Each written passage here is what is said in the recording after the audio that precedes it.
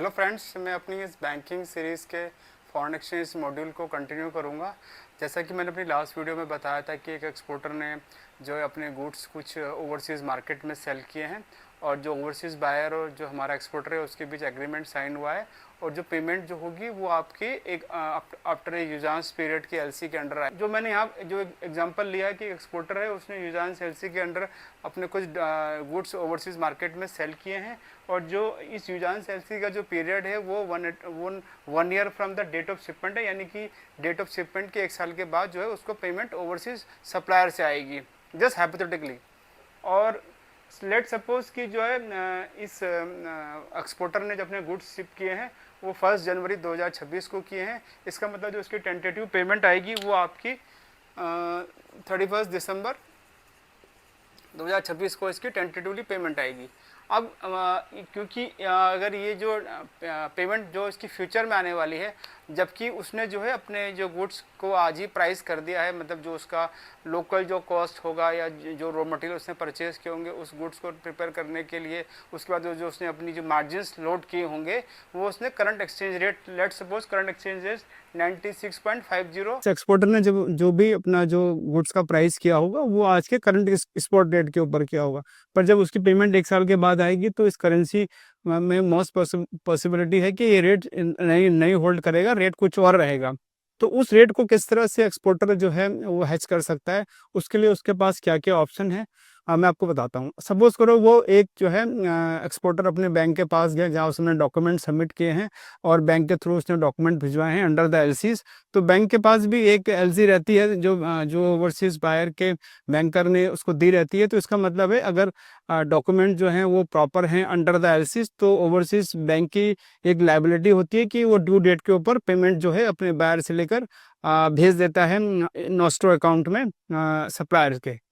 Let suppose कि जो current जो है आज का डेट का रेट 96.50 और 51 है इंटरबैंक मार्केट के ऊपर, और जो 1 ईयर फॉरवर्ड रेट जो प्रीमियम जो कोट हो रहा है, क्योंकि प्रीमियम जो करेंसीज का आता है वो किस तरह से आता है कि जो जो भी दो करेंसीज इसी किसी फॉरवर्ड कॉन्ट्रैक्ट में हम लोग डील करते हैं उन करेंसीज के रिस्पेक्टिव डिमांड सप्लाई कितनी है मार्केट में, जो कि एक प्रोजेक्शंस रहता है 1 साल के दौरान, और उन दोनों करेंसीज का इंटरेस्ट रेट डिफरेंशियल क्या है, उसके हिसाब से फिर एक प्रीमियम जो है वो अराइव होता है या डिस्काउंट। अगर वो तो डिपेंड करेगा कि कौन सी करेंसी हम खरीद रहे हैं, कौन सी करेंसी हम बेच रहे हैं। तो उसके हिसाब से उस करेंसी का फ्यूचर में जो है फॉरवर्ड में एक प्रीमियम आता है।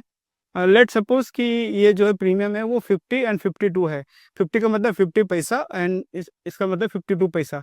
तो जब बैंक के पास जो भी कस्टमर जाएगा अगर उसको फ्यूचर में या फॉरवर्ड में अपनी करेंसी बेचनी है तो बैंक उसको जो है जो उसका बाइंग रेट होगा उस बाइंग रेट के ऊपर जो इसका जो भी फॉरवर्ड का जो बिड होगा उन दोनों को ऐड करके और अपना मार्जिन निकाल के जो प्राइस करेगा। लेट सपोज कि बैंक अभी कोई मार्जिन चार्ज नहीं कर रहा है, तो ये जो कस्टमर को जो फॉरवर्ड का रेट मिलेगा वो इस तरह से मिलेगा कि स्पॉट रेट, स्पॉट हो गया आपका 96.50, ये आपका करंट स्पॉट रेट है, और जो फॉरवर्ड है वो है 50 का मतलब होता है 50 पैसा, जो आपका जो बैंकिंग कन्वेंशन में या इंटरबैंक फॉरेक्स मार्केट में जो कन्वेंशन चलता है उसके हिसाब से 50 का मतलब होता है 50 पैसा। तो यहाँ पर ये ऐड हो जाएगा। तो यानी कि जो 1 ईयर का जो फॉरवर्ड रेट होगा वो 97 रुपीज़ होगा। तो अगर कस्टमर जो होता है वो बैंक के साथ फॉरवर्ड कॉन्ट्रैक्ट अगर कर लेता है यूएस डॉलर आईएनआर का, तो इसके जो फ्यूचर रिसीवेबल हैं जो कि इसको 31 दिसंबर को मिलेंगे, जब भी वो आएंगे बैंक उसको 97 रुपीज़ पर डॉलर के हिसाब से आईएनआर देगा। अब ये तो हो गया फॉरवर्ड। तो इसके अलावा कस्टमर के पास और क्या क्या ऑप्शन है अपने फ्यूचर रिसीवेबल्स को हैच करने के लिए। तो first one is forward. Forward को हम बोलें तो ये 1 to 1 होता है, मतलब इसमें इसको या ओवर द काउंटर भी बोलते हैं, हम इसको बोलते हैं over the counter. Over the counter ये एक तरह का प्रोडक्ट है। ओवर द काउंटर का मतलब होता है कि इसमें दो बायलैटरल पार्टी होती हैं जो आपस में रेट डिसाइड करके उसको जो है एग्जीक्यूट करती हैं। इसके अलावा जो है कस्टमर के पास एक ऑप्शन एक और है फ्यूचर्स, इसको इसको हम या करेंसी फ्यूचर इसको हम बोलते हैं।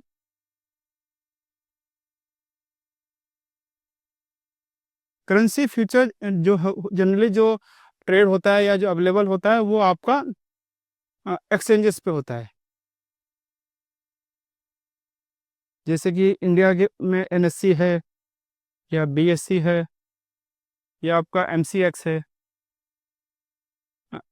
इस जो जो जितने भी इंडिया में एक्सचेंज है जहाँ पर की करेंसी के फ्यूचर्स डील होते हैं, वहाँ पर जो है कस्टमर जो है अगर अपना एक फ्यूचर जो है बुक कर सकता है, कि जिसमें कि वो एक फ्यूचर में जो भी अमाउंट उसका लेट से कि उसको $1 मिलियन आने वाला है फ्यूचर में, $1 मिलियन का उसका जो है फ्यूचर में रिसीवेबल है, तो ये $1 मिलियन का एक फ्यूचर में बुक कर सकता है, जिसमें कि उसको 31 दिसंबर 2026 में वो इन इसको डॉलर को सेल कर देगा। वो यानी कि वो जो है अपने जो भी उसके रिसीवेबल है उसको सेल कर सकता है। और इसका भी रेट टेंटेटिवली जो रहता है वो 97 के आसपास ही होगा, थोड़ा सा ऊपर नीचे होगा, क्योंकि ये दोनों अलग अलग मार्केट में ट्रेड होते हैं, क्या दोनों दोनों दोनों का जो बेसिक जो है वो अलग अलग है। तो ये भी एक कस्टमर के पास ऑप्शन है कि वो फॉरवर्ड बुक कर सकता है किसी बैंक के साथ, जो कि एक ओवर द काउंटर प्रोडक्ट है, जिसमें कि दो बैंक और कस्टमर आपस में डिसाइड करते हैं। फ्यूचर जो होता है वो एक्सचेंज पर ट्रेड होता है, इसमें काउंटर पार्टी जनरली एक्सचेंज रहती है, किस किस काउंटर पार्ट ने वो फ्यूचर आपसे बाय किया, ये जनरली जो होता है कस्टमर को नहीं पता होता, क्योंकि ये एक्सचेंजेस पर ट्रेड होते हैं। और इसके अलावा उसके पास एक और ऑप्शन है, जिसको हम ऑप्शन बोलेंगे करेंसी ऑप्शन।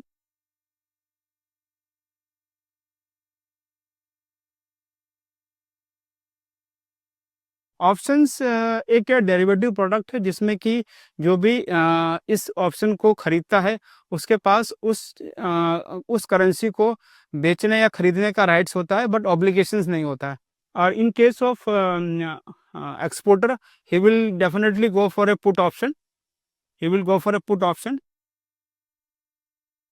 ऑप्शन भी दो तरह के होते हैं, पुट ऑप्शन और कॉल ऑप्शन। पुट ऑप्शन में होता है जो भी पुट ऑप्शन खरीदता है उसके पास ये राइट होता है कि जो भी अंडरलाइन जो चीज़ होती है, जो भी अंडरलाइन उसका वो रेफरेंस होता है, जैसे कि इस केस में डॉलर है, उसके पास वो राइट्स है कि वो फ्यूचर में फ्यूचर की एक डेट में बैंक को या किसी भी काउंटर पार्ट को वो बेच सकता है विदाउट एनी ऑब्लिगेशंस। इसी तरह जो कॉल ऑप्शन होते हैं उसमें जो है वो जो अंडरलाइन जो भी रेफरेंस होगा, अगर इस केस में हम यूएस डॉलर की बात करें, तो फ्यूचर में वो उस करेंसी को खरीद सकता है स्पेसिफाइड रेट के हिसाब से। तो सपोज करो अगर लेकिन इसका जो होता है मेन होता है स्ट्राइक प्राइस, कि किस स्ट्राइक प्राइस पे आप जो है कॉल ऑप्शन या पुट ऑप्शन खरीद या बेच रहे हो। अगर कस्टमर को सिंपली अपना जो फॉरवर्ड रिसीवेबल है वो हैच करना है, और उसने जो अपनी प्राइसिंग जो करी है सारी की सारी इस पूरे स्ट्रक्चर की वो 90 करंट स्पॉट पे करी है 96.50 पे, तो वो क्या कर सकता है, एक पुट ऑप्शन खरीद सकता है किसी एक्सचेंज से या किसी बैंक से, जिसका कोई बोलता है कि मुझे 9650 के स्ट्राइक प्राइस पे स्ट्राइक प्राइस पे $1 मिलियन पुट ऑप्शन बाय करना है। तो जो भी इस पुट ऑप्शन को सेल कर रहा होगा, कोई एक्सचेंज या कोई बैंक, वो उसको एक प्राइस कोट करेगा, जो कि लेट से कि वो बोलेगा कि आपको 10 पैसा देना है पर डॉलर, या 15 पैसा देना है, या 1 पैसा देना है, तो वो प्रीमियम उसको चार्ज करेगा। और जो प्रीमियम होगा वो उसका अपफ्रंट उससे ले लेगा, अगर उसके पास कोई किसी तरह का कोई लिमिट्स या कोई तरह का कोई क्रेडिट फैसिलिटी नहीं अवेलेबल है, तो इस ऑप्शन को खरीदने के लिए उसने जो प्राइस पे किया वो एक तरह से उसका एक पॉकेट से आउटले जाएगा।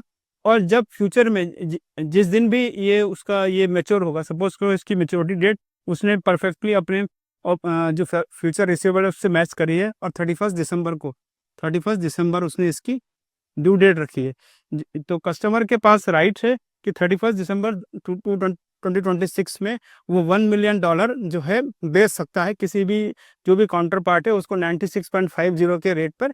उसके लिए उसने जो है ऑलरेडी कुछ प्रीमियम पे कर दिया है, जो कि बैंक और डिसाइड किया है, जो बैंक डिसाइड किया है। तो इस तरह के तीन ऑप्शंस कस्टमर के पास अवेलेबल हैं, और इन तीनों में जो मेजर डिफरेंस है ये ओवर द काउंटर होता है जनरली, जो इसको ओवर द काउंटर बोलते हैं। फ्यूचर जो होते हैं वो आपके एक्सचेंज में ट्रेड होते हैं, ऑप्शंस भी आपके एक्सचेंज में ट्रेड होते हैं, दूसरी तरफ बैंक भी इसको आपको देता है। इसमें जो है, लेकिन जो सबसे जो बेस्ट ऑप्शन जो इसमें है जो वो आपका पुट ऑप्शन हो सकता है, क्योंकि पुट ऑप्शंस में जो होता है उसका जो उसका डाउन साइड होता है वो लिमिटेड होता है। अगर करेंसी जो होता है सपोज करो जिस दिन उसका रिसीवेबल आना है उस दिन अगर वो 96.50 के नीचे जाएगी तो उसके पास ऑलवेज राइट है कस्टमर के पास कि वो 96.50 पे बैंक को वो अपनी करेंसी बेच देगा। पर लेकिन अगर वो करेंसी इस रेट के ऊपर चली जाती है 99 98 जो भी चल जाती है तो वो फ्री है कि वो जाके अपने जो अपने पास जो पुट ऑप्शन है उसको एक्सरसाइज ना करे और मार्केट में जाके अपनी जो उस करेंसी को बेच सकता है। ये इन सब स्ट्रक्चर्स का जो प्राइसिंग है या फॉरवर्ड्स के रेट कैसे निकलते हैं, फ्यूचर के प्राइस कैसे निकलते हैं, इसको मैं अपनी नेक्स्ट वीडियो में कवर करूंगा। आज की वीडियो को मैं यहीं पे अंत करूंगा। इसके अलावा मैं एक एफसीआरबी डिपॉजिट जो आरबीआई की स्कीम आई है उसके ऊपर एक नेक्स्ट वीडियो बनाऊंगा। कृपया आप मेरे चैनल को देखते रहिए, सब्सक्राइब कीजिए। मैं इस तरह के लेटेस्ट अपडेट अपने अपने चैनल में करता रहूँगा। Thanks for watching, bye bye.